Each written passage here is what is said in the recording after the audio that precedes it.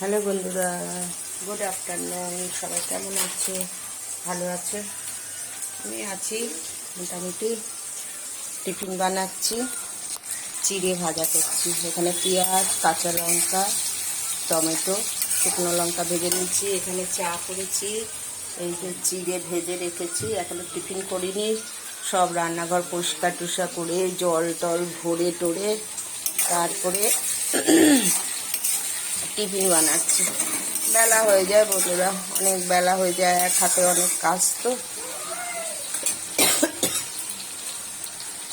লঙ্কা ভাজছি তো কাশি এসে যাচ্ছে এখনো। এই যে চা হয়ে গেছে, এখানে এখনো চিনি দেওয়া হয়নি।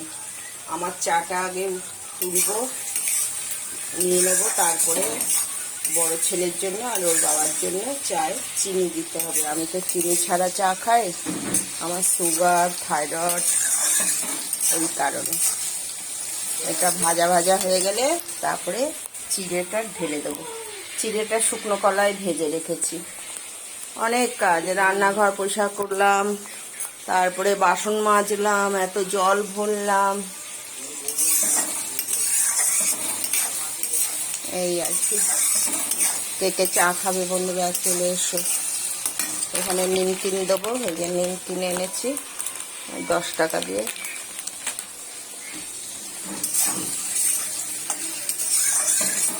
ছেলে বলছিল মা পোহা করো। পোহাটা আমার তেমন ভালো লাগে না, খেতে খেতে একটা অরুচি এসে গেছে। এখানে আমি কি দাঁড়া চিড়ে ভাজা করি। এখানে তেল দিয়েছি, সর্ষের তেল, আর একটু ঘি দিয়েছি। এটা আমার লোহার কড়াই। এটা বরমশাই অসুস্থ হওয়ার 3-4 মাস আগে কিনে নিয়ে এসেছিল। সিলভারের কড়াই মাজতে থেকে যায়, হাত ব্যথা হয়ে যায়। তারপরে স্টিলের জালি দিয়ে মাজি তো, আঙ্গুল টাঙ্গুল হাত কেটে যায় দিয়ে।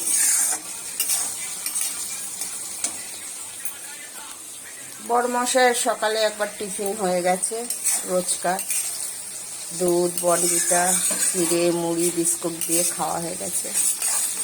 ওষুধ খায় তো, টাইমে টাইমে খেতে না দিলে পরে রেগে যায়, গিয়ে চিৎকার করে, থাকতে পারে না, খিদে সহ্য করতে পারে না। আচ্ছা বন্ধুরা, সবাই ভালো থেকো, সুস্থ থেকো। Good afternoon. কে কে চা খাবে চলে এসো। আর কি বলবো বলো, দূর থেকেই বলছি সকল ফেসবুক ফ্যামিলির বন্ধুদেরকে এবং ফলোয়ার্স আনফলোয়ার্স সকলকে, তোমাদের ভালোবাসায় এতটুকু এগিয়ে এসেছি। 0 ফলোয়ার্স নিয়ে কাজ করেছি, আজকে 4000-এর উপরে ফলোয়ার্স। অনেকে আছে ফলো করছে, করে আনফলো করে দিচ্ছে। বন্ধুরা কেন করছো এরকম? তাহলে ফলোই বা কেন করো আর আনফলোই বা কেন করো?